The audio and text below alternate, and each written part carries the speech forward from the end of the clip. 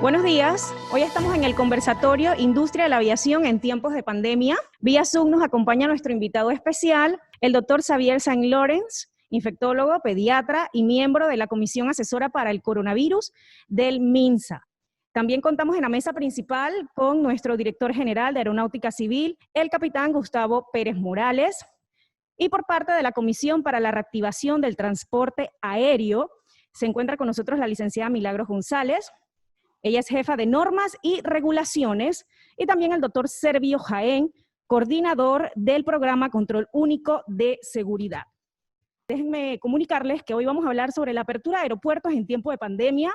También hablaremos de riesgos a mitigar, mejores soluciones y protocolo de bioseguridad. Antes de iniciar con el panorama aeronáutico, doctor Xavier, queremos saber, a 3 meses de pandemia, ¿cuál es el estatus de Panamá en la actualidad? Bueno, como todos los panameños han podido seguir en las ruedas de prensa diarias del Ministerio de Salud, hemos tenido, después de haber tenido una cuarentena prolongada que mantuvo la cantidad de casos en una meseta por varias semanas, se mantuvo entre 100 y 150 casos diarios, algunas medidas de flexibilización y algunos otros factores relacionados al cumplimiento de medidas de seguridad por parte de la población. Hemos tenido un repunte en el número de casos y lógicamente pues esto pone en riesgo un poco el ritmo de flexibilización que se estaba llevando a cabo, ¿no? Porque la tasa de contagios ha aumentado sobre todo en áreas específicas del país, y eso hace que la capacidad hospitalaria se pueda ver amenazada si no tomamos medidas enérgicas de mitigación. Y de hecho ya hemos vuelto hacia atrás en algunas de esas medidas, sobre todo en el tema de la salida por sexo y por cédula, para poder precisamente hacerle frente a ese aumento y nuevamente poder controlar la tasa de propagación del virus y volver a las medidas de flexibilización de la actividad comercial y económica en el país y social para beneficio de todos. Se han dictado 3 resoluciones aeronáuticas en donde se ordena la suspensión de vuelos comerciales de pasajeros internacionales y nacionales. Se exceptúan los humanitarios. La primera resolución se emitió el 24 de marzo y por el avance de la pandemia esta suspensión ha sido prolongada. Tiene vigencia hasta este 22 de junio, o sea, la otra semana. Ante esto, el 22 de mayo, la Autoridad Aeronáutica Civil instaló una comisión institucional para la reactivación del transporte aéreo de Panamá. ¿En qué consiste, capitán Gustavo Pérez, esta instalación de esta comisión? Sí, buenos días. Antes que nada, quería darles las gracias a todos por estar aquí. Es importante para nosotros, como esta autoridad, la reactivación del transporte aéreo en Panamá y la creación de este grupo, esta comisión, para tratar de llevar o trabajar en equipo con los otros estados, con los otros países, porque el transporte aéreo es algo muy importante en el tema de seguridad. Esta comisión la hicimos, obviamente, para tener un tipo de comunicación directa con los otros estados, para que tengamos los mismos protocolos, para que tengamos los mismos procedimientos a la hora de reactivar nuevamente el transporte aéreo y empecemos nuevamente a caminar como estábamos anteriormente. Doctor Xavier, ¿cree usted que nosotros estamos preparados para la reapertura de los aeropuertos? Bueno, en las condiciones actuales de propagación del virus, yo diría que pudiera ser un poco riesgoso adelantarse a ir superando bloques de actividad comercial, ¿no? De hecho, pues esta semana vamos a estar midiendo diariamente la actividad del virus, la capacidad hospitalaria, y con base en esos indicadores decidir si el tercer bloque pudiera abrirse en la fecha que había sido más o menos estipulada, que era cada 2 semanas cada bloque, ¿no? Pero hay que acordarse que esas son fechas tentativas y que dependen mucho de la situación del COVID en el país, ¿no?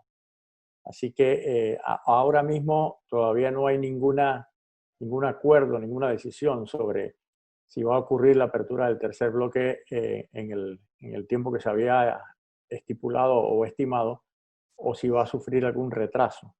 yo diría que en los próximos días a lo mejor el Ministerio de Salud tome algún tipo de decisión en ese sentido. Capitán Gustavo, sabemos que la reapertura de los aeropuertos está en el bloque 4. No hemos llegado aún al bloque 3 y el doctor Xavier nos habla de que posiblemente puede haber algún retraso en las aperturas de los bloques. La próxima semana, el 22 de junio, la suspensión de los vuelos, ¿se va a mantener o va a continuar?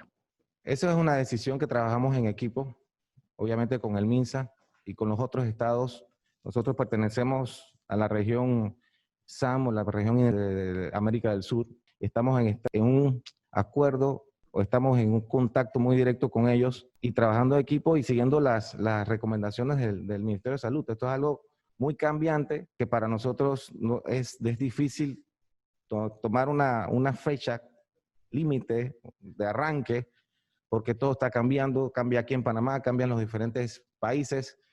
Así que por eso que no podemos tener una fecha, como lo acaba de decir el doctor, por el tema de la pandemia. Y esto va de la mano con el MINSA. Una vez nos den la luz verde, obviamente en el sector de la aviación es muy importante el tema de la seguridad. Para nosotros es número uno el tema de la seguridad. Y para poder reactivar el transporte aéreo de la mano del MINSA, es importante que podamos darle esa seguridad a los pasajeros y también a la tripulación que trabaja en el avión. Licenciada Milagros González, jefa de normas y regulaciones. Buenos días, doctor Sanz Lorenz.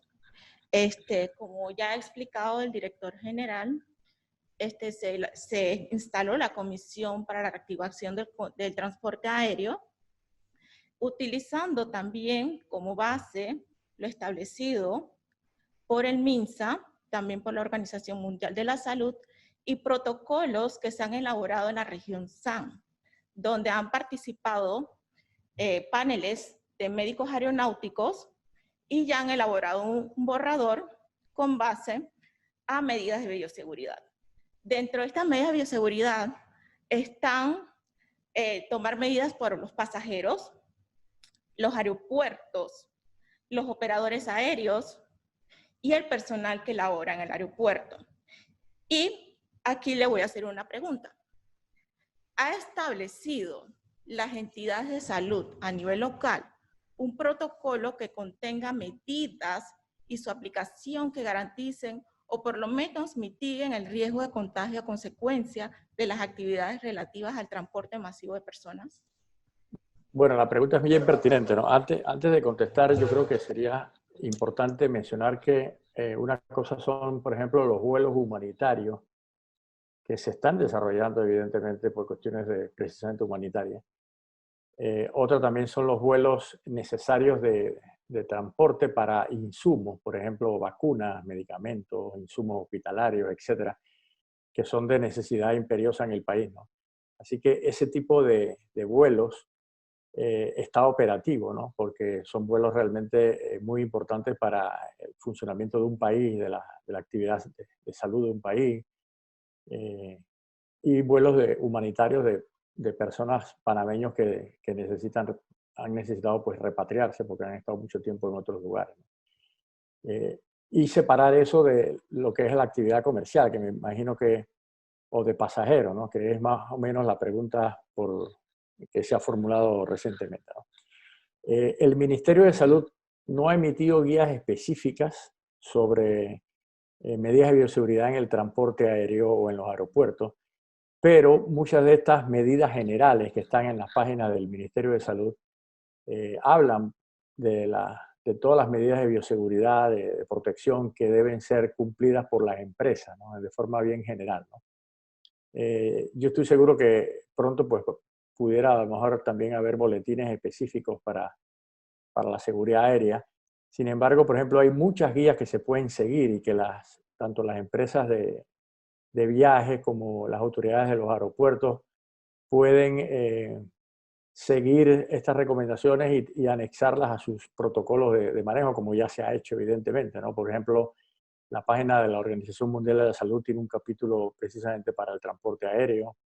En la página del CDC de Atlanta, también en inglés y en español, tienen guías para los pasajeros, para la tripulación, para el personal de aeropuerto. Y hay también algunas otras organizaciones, la OPS, pues juntamente con la Organización Mundial de la Salud también, Y hay otras organizaciones ya más específicas del transporte, ¿no? Por ejemplo, el IATA o el OSHA, que es de bioseguridad, salud ocupacional, o incluso también hay una entidad que se llama ICAO, que es la International Civil Aviation Organization, la Organización Internacional de Aviación Civil, que tienen guías bien claras sobre qué hacer en los aeropuertos, qué hacer en los aviones, qué hacer con la tripulación, y que se pueden realmente seguir. Son guías bien prácticas, muy útiles, muy didácticas, y yo creo que cada autoridad aeroportuaria o cada patrón de agencia de viaje las pudiera realmente implementar, porque son guías generales, ¿no? Y no es que sean, y son bastante similares todas ellas. Sí, doctor. En ese sentido, nosotros tenemos un trabajo muy estrecho con la OASI, Organización de Aviación Civil Internacional, y estamos utilizando todos los protocolos y todos los esquemas que ellos nos están brindando, obviamente porque es un trabajo que la OMS están haciendo con la OASI, y la OASI da estas recomendaciones a la oficina regional de la OASI que queda en Perú, y nosotros nos reunimos cada 15 días o de repente hasta por semana. Si hay algunos cambios, algunos avances, nos reunimos con ellos y ellos nos están dando esa información, y nosotros la tenemos a mano, y por eso fue la creación de esta comisión de la reactivación del transporte aéreo en Panamá, para poder tener de la mano todos estos protocolos con los demás estados que somos miembros de la región SAM de la OASI. OASI es el término en castellano, la sigla, exacto. Yo hablaba del ICAO, que es la sigla en inglés, así que disculpe. Es correcto, es correcto. OASI, exacto. Ahora no, señor Sergio Jaén, coordinador del programa de control único de seguridad. Gracias. Buenos días, doctor San Llorens. Un placer saludarle. Gracias por su valioso tiempo y aportaciones. En este mismo sentido y orden de ideas, algunas consideraciones que hemos tomado en cuenta es, en estos foros regionales sobre seguridad de la aviación y facilitación, que tiene que ver precisamente con los procesos normales de los viajes y los viajeros y las instalaciones de la actividad aérea, por la razón propia de sus funciones, el personal de seguridad que se encuentra apostado en las diversas áreas de ingreso a los aeropuertos y las diversas zonas que están controladas, se les ha asignado hasta el momento una función de control o contención basada en la identificación de algunos síntomas o signos propios del COVID-19. Entiéndase, una persona que al ingresar al aeropuerto esté tosiendo, venga con sudoración, con algo de dificultad respiratoria, y que este primer bloque de personas sean los que de una u otra manera determinen si se requiere el llamado o no del personal especializado en salud que debe estar apostado en los aeropuertos como parte de estas recomendaciones. En este sentido, doctor, ¿considera usted que un personal que obviamente no está dentro de sus funciones o de su capacitación previa, la identificación de algunos de estos síntomas, sea una medida efectiva? Sí, definitivamente yo creo que todas las personas que están a cargo de los aeropuertos, de las líneas aéreas, debe haber algún personal dedicado exclusivamente precisamente a tratar de pesquisar y de detectar pacientes posiblemente sintomáticos que puedan tener COVID, ¿no? Y en ese sentido debe haber entrenamiento de esa persona, ¿no? Porque no solamente buscar los síntomas que son como los más comunes, los más divulgados, que son la tos, la fiebre, la dificultad para respirar, etcétera, pero también algunos síntomas precoces que aparecen antes y que pudieran ser indicativos de que una persona también pudiera estar con COVID, ¿no? Por ejemplo, dolor de garganta, dolor de cabeza, estornudos, diarrea, vómito, pérdida del olfato, del gusto. Hay algunas dolores en los músculos, etcétera, ¿no? O sea que hay algunos otros síntomas que pueden ser precoces y que deberían ser detectados también, ¿no? Para sospechar que un paciente pueda tener COVID y no esperar como los 3 síntomas más cardinales que normalmente aparecen un poco más tarde, ¿no? Entonces, las personas realmente dedicadas a la bioseguridad en este sentido deben estar bien entrenadas para detectar cualquiera de estos síntomas de forma precoz y empezar a hacer todas las medidas de diagnóstico, aislamiento, etc. Milagros. Uno de los temas que hemos visto en los protocolos que ha elaborado en sí la Organización de Aviación Civil y que están tomándose en cuenta para determinar los protocolos que se tienen que elaborar acá en nuestro país, son las tomas de temperatura antes de entrar al edificio del aeropuerto, la utilización de diluvios, tener gel alcoholados en el área terminal del aeropuerto, el uso de la mascarilla, las instalaciones aeroportuarias, así como también procurar el distanciamiento social de las mismas y que los aeropuertos tengan las señalizaciones. Y también la utilización de acrílicos para atención al pasajero. ¿Considera usted que dentro de estas medidas que le he hablado, bueno, hay más todavía porque los tenemos de acuerdo a la llegada al aeropuerto, cuando salen del aeropuerto, cuando se mantienen, cuando ya van a embarcar a la aeronave, se han tomado estas medidas? Entonces, ¿considera usted que estas medidas de carácter general ofrecen un nivel confiable para evitar el contagio en los recintos aeroportuarios? No, definitivamente, todas esas medidas son necesarias y complementarias, ¿no? No es que existe una medida más importante que otra, o si yo me busco una y no la tiene, disminuyo la importancia de las otras. Todas esas medidas complementarias son bien importantes y maximizan la bioseguridad, ¿no? Por ejemplo, es importante siempre tener en mente que muchos pacientes con COVID, al menos inicialmente, no tienen fiebre. O pueden haberse tomado algún medicamento antitérmico y no tener fiebre en el momento en que se les aplica el dispositivo, ¿no? Lo otro importante es que estos dispositivos, que son sensores térmicos, no son tampoco extremadamente confiables, porque la sensibilidad no es tan alta. O sea que puede haber falsos negativos, que le llamamos nosotros, ¿no? Entonces, no basarse o no enfocarse mucho necesariamente en una sola medida, por ejemplo, en la fiebre, para descartar que la persona pueda o no tener COVID, ¿no? Porque, como ya dije, todas las medidas son complementarias. Así que además de la temperatura, es importante todo lo que es el interrogatorio de síntomas que yo mencioné anteriormente. También indagar muy bien si esa persona ha estado en contacto con alguien que se ha diagnosticado con COVID o que se haya sospechado COVID, porque esa persona pudiera ser un contacto, que también habría que abordar desde un punto de vista más riguroso, ¿no? Y aparte entonces de la temperatura, todas las medidas que bien mencionaste, la mascarilla, el lavado, el distanciamiento social, las pantallas, son sumamente importantes, ¿no? Y agregan valor todas juntas para tratar de maximizar la seguridad tanto del pasajero como del personal de aviación, como de la tripulación, como de los oficinistas que están en el mostrador, etcétera, ¿no? Capitán Gustavo, sería importante saber cómo se encuentran nuestros vecinos de la región en estos momentos en el tema de aeronáutica. Nosotros estamos monitoreando los estados para ver cuáles son las fechas futuras que ellos tienen de apertura y las aplicaciones que ellos están haciendo en sus aeropuertos o en el ingreso a los países. En el caso de Argentina, todos los vuelos internacionales están cerrados. Ellos se fueron hasta el 1 de septiembre. Bolivia, abierto internacionalmente, los tiene, pero con ciertas restricciones también. Y ellos creo que abrieron el 1 de junio, acaban de abrir. Chile tiene cerrado para vuelos internacionales también.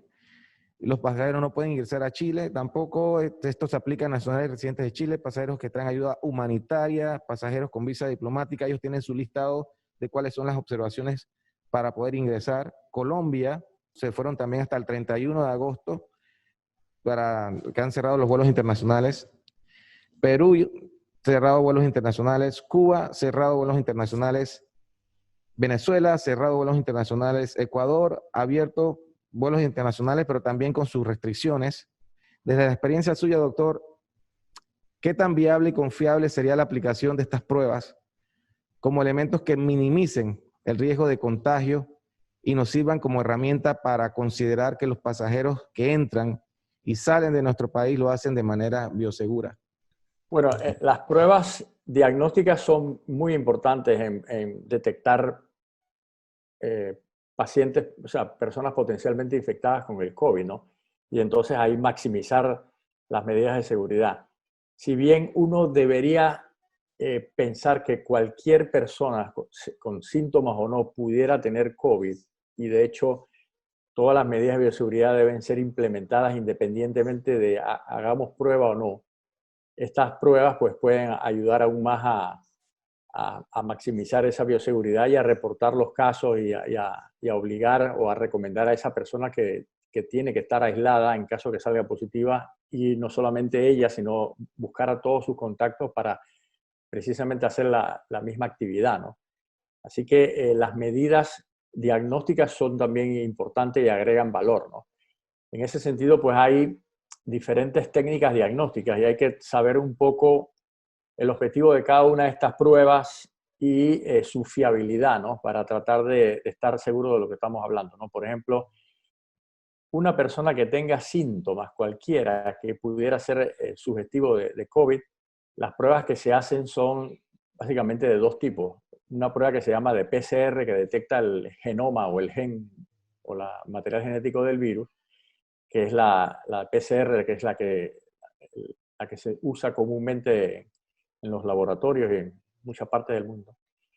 Y otras que se llaman pruebas antigénicas o que son antígenos, que son proteínas del propio virus, no el material genético per se, pero sí las proteínas que cubren la superficie del virus, ¿no? Entonces, por eso se llaman antígenos o pruebas antigénicas. Esas también tienen una aplicación similar a la de la PCR, aunque quizás las pruebas de PCR son un poco mejores en el sentido de sensibilidad, ¿no? No tienen tantos falsos negativos como estas pruebas antigénicas, pero cualquiera de las dos pudiera ser utilizada para detectar un caso agudo. Ahora, lo que sabemos es que si la persona no tiene síntomas, la fiabilidad de estas pruebas disminuye un poco, ¿no? Hay más falsos negativos que si se hacen cuando la persona ya tiene síntomas respiratorios. De todos modos, las pruebas están bien indicadas como medidas de bioseguridad, ¿no? Y por último, hay otras pruebas que se llaman pruebas serológicas o pruebas de anticuerpos, que básicamente lo que detectan es los anticuerpos, las defensas que genera cualquier persona cuando ha tenido una infección por cualquier agente microbiano, ¿no? El asunto es que estas pruebas serológicas determinan si una persona tuvo COVID hace semanas o meses y no detectan el caso agudo. Para el caso agudo son las pruebas que llamamos anteriormente, ¿no?, de PCR o pruebas antigénicas. Las pruebas serológicas son para detectar casos antiguos de COVID, ¿no?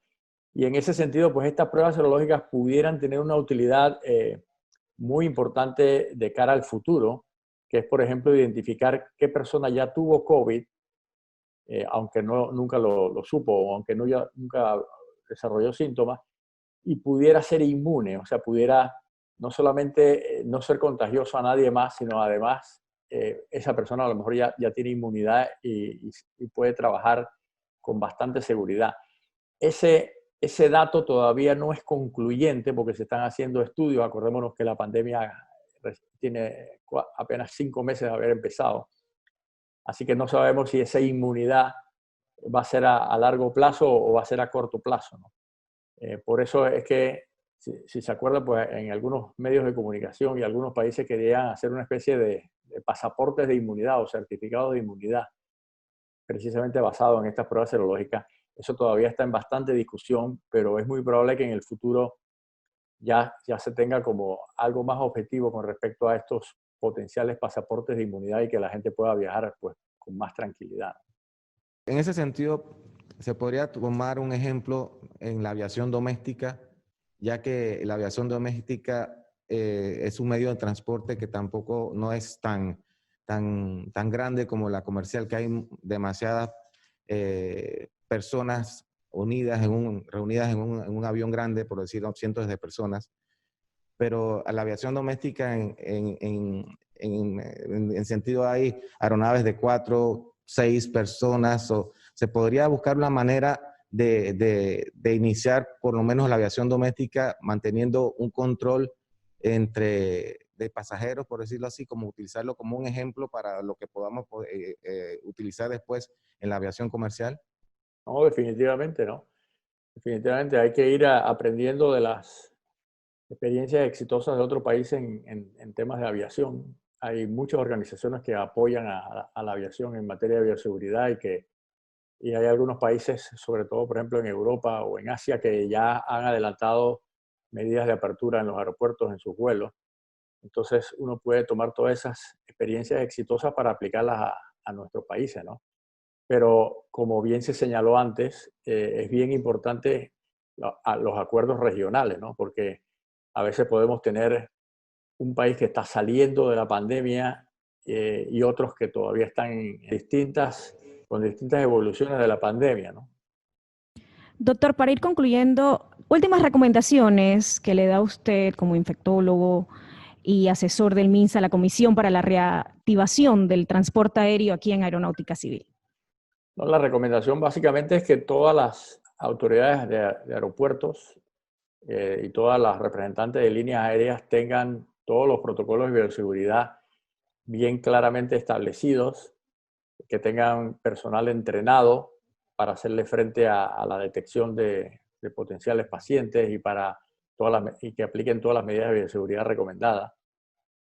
Así que en la medida en que todas estas personas pues tengan todos los protocolos y el personal a cargo entrenado, pues puede ser ya preparados anticipadamente, puede ser mucho más fácil para cuando el MINSA determine que se abre la actividad comercial en los aeropuertos, pues ya estén preparados y entrenados para hacerle frente a la bioseguridad. Gracias, doctor. Vamos con las conclusiones de la licenciada Milagros. Primero que todo, le quiero agradecer por su tiempo.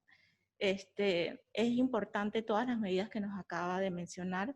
Estamos trabajando también en estos documentos que nos hizo mención, como las pruebas, también las declaraciones que tiene que hacer el pasajero antes del vuelo, que son medidas que se deben ir tomando y en coordinación también con el Ministerio de Salud, ¿no? Que por eso es que hoy lo tenemos usted para ir solventando algunas dudas. Doctor Servio Jaén, coordinador del Programa de Control Único de Seguridad. Muy complacidos porque hemos ampliado el radio de conocimiento y de óptica en la aplicación y el desarrollo de este protocolo de medidas que van de la mano de las recomendaciones de la OMS, la OPS y del Sistema Nacional de Salud. De veras que agradecerle y ojalá que haya otras oportunidades más para seguir engrosando estas medidas que estamos tomando como Estado. Muchas gracias. Director General de Aeronáutica Civil, Capitán Gustavo Pérez. Doctor Sanchores, gracias por acompañarnos en la mañana de hoy. En nombre de esta autoridad que nos ha podido ilustrar más, porque esto es un tema nuevo para nosotros y tenemos como nuestro deber brindar más seguridad a nuestra aviación y por eso nosotros tenemos que prepararnos para crear normas y regulaciones que vayan acorde a esta nueva realidad. Gracias por sus atinadas palabras, porque eso hace que nuestra institución sea más robusta y podamos crear normas y podamos crear manuales para poder ofrecerle a las personas que utilizan el transporte aéreo más seguridad. Bien, queremos agradecer al doctor Xavier. ¿Alguna palabra? No, gracias a ustedes. Realmente ha sido muy provechoso el intercambio y con gusto cuando lo estimen conveniente podemos ampliar conforme avanza la pandemia. Bien, gracias, doctor Xavier Sainz Lorenz, por su participación y darnos su preciado tiempo para compartir hoy con la mesa principal de Aeronáutica Civil. Buenos días.